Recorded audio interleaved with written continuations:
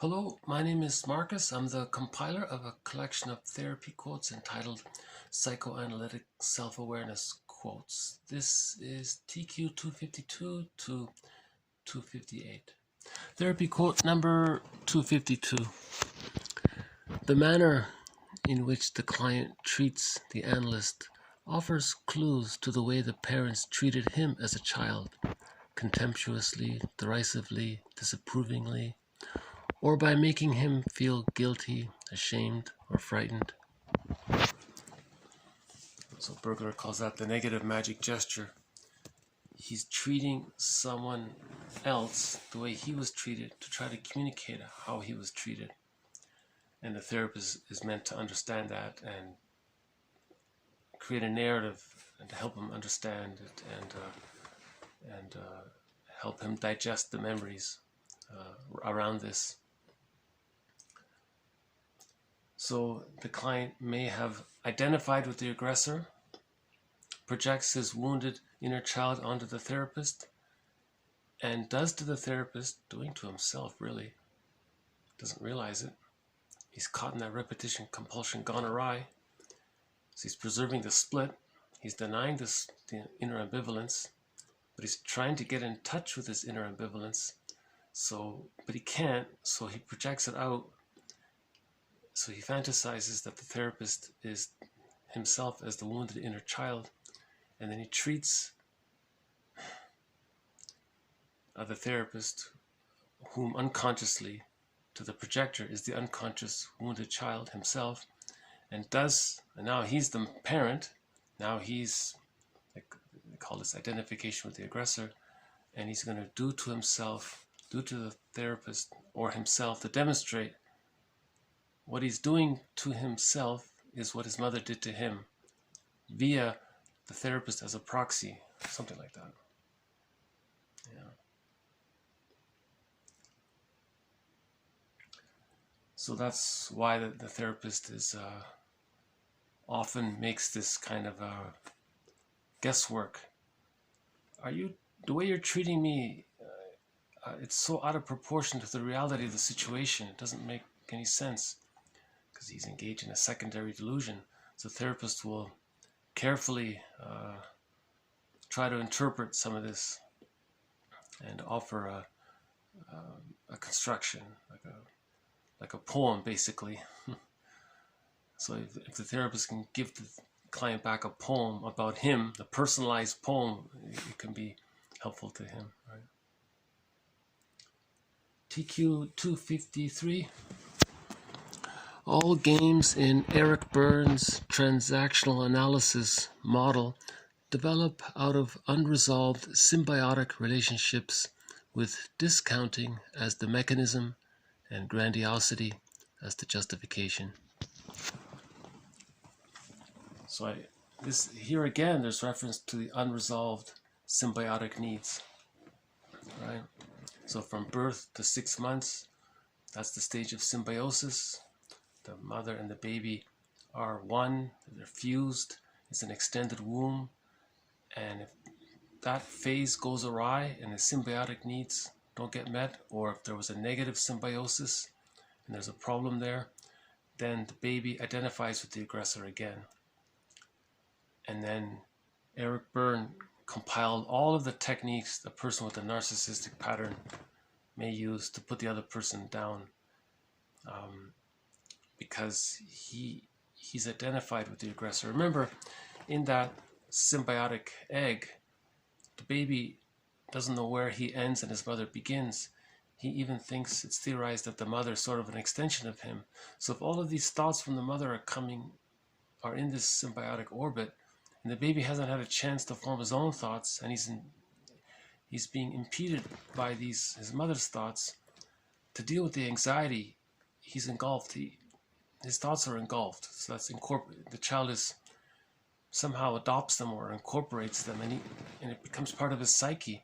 And now he thinks like the way his mother thought the way she treated her child. And this manifests in these so-called games in the book Games People Play, famous popular self-help book. And he listed all of these sort of strategies that a person with a narcissistic pattern can use to try to replay that trauma. So you can see the guy can spend his, you see, he's caught in that, he has an existential dilemma there. That's his existential net. He's identified with the aggressor. He's stuck there. He keeps projecting his wounded inner child outwardly and tries to put that person down the way his mother put him down. All right. So this 252 is a little bit similar to the, this 253 is a little bit similar to the 252 about. Yeah.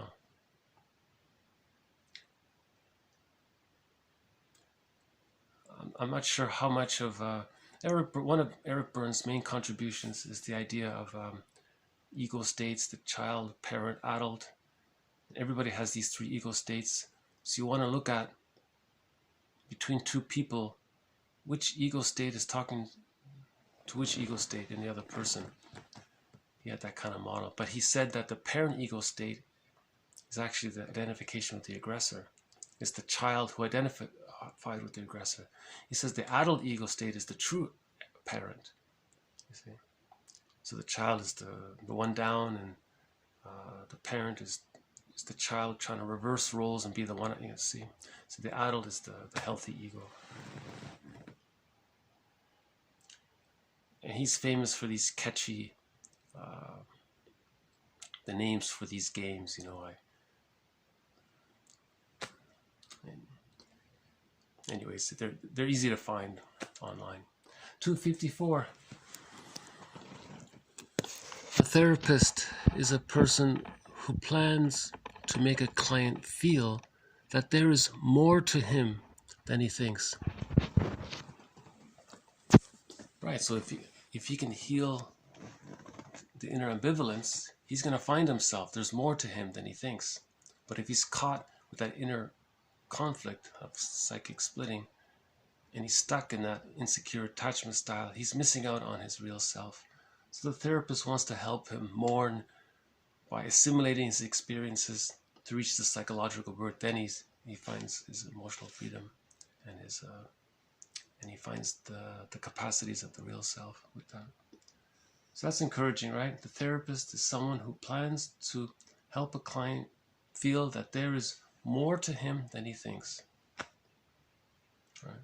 So if he's stuck in the child-parent ego states back and forth all the time, maybe stuck in the parent ego state or stuck in the child ego state, the adult ego state is more, right? Leads to the individuation, right? 255. Family therapists treat individuals by treating the whole family. So this adds on to the previous quote about how simultaneously the family therapist is treating several people at the same time, simultaneously. And there was the one idea about how the child was acting out. That was a manifestation of the conflict between the parents. The child was trying to keep the parents together. So when the parents could resolve their dilemma, the child calmed down. So there's the whole idea of family systems theory, family systems therapy. 256.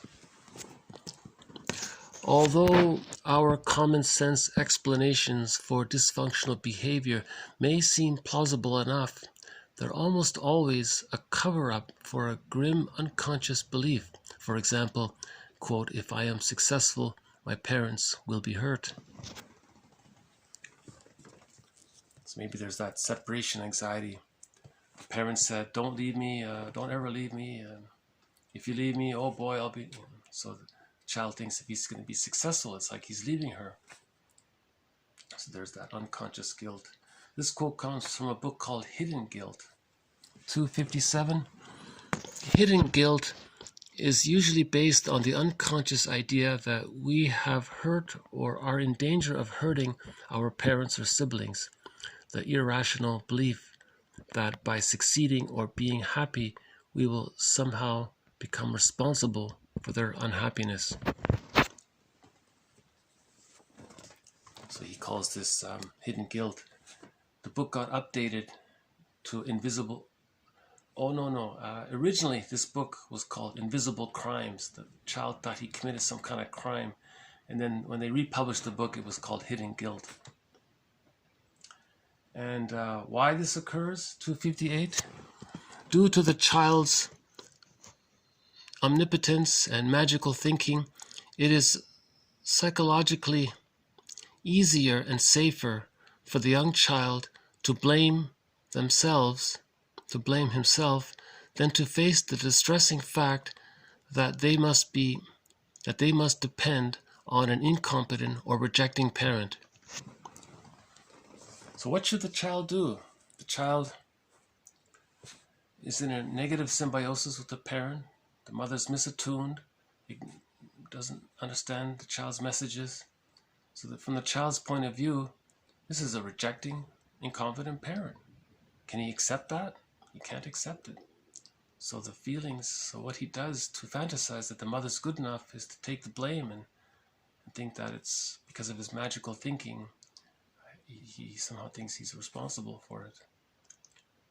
Because remember, in the womb, we imagine he thinks that maybe he's causing everything, and then in the extended womb, it sort of continues. He has a need, and his needs are met. So he thinks it's called magical thinking. He thinks he's it's the stage of infantile megalomania. So he's in the womb. He has a need, it's met. He thinks, it's as if we imagine he might think that he's like a little god, right? It's the theory. And then some call it primary narcissism or something. And then after birth, that sort of continues for the first 6 months. And so whatever's going on, he feels he creates it. So if there's some distress or something wrong, he's causing it. So if he's feeling bad, he did it. He needs to preserve the bond to the parent, even though it's a dysfunctional bond. How do you preserve a dysfunctional bond? He'd rather have a dysfunctional bond than no bond. So how do you even get that dysfunctional bond? He just assumes that he must, to make the parent good, he must be not so good to kind of justify it. It's not very clear. Fairbairn has this theory called the moral defense, where the child makes a moral decision. All right, I will be responsible for all of this, what's going on. If the parent is unhappy, I guess it's my fault. There's something wrong with me. So the child is making this moral sort of decision, like judgment, like opinion. He means it that way. And he'll decide that the mother is good to preserve the attachment, right? So that leads to unconscious guilt.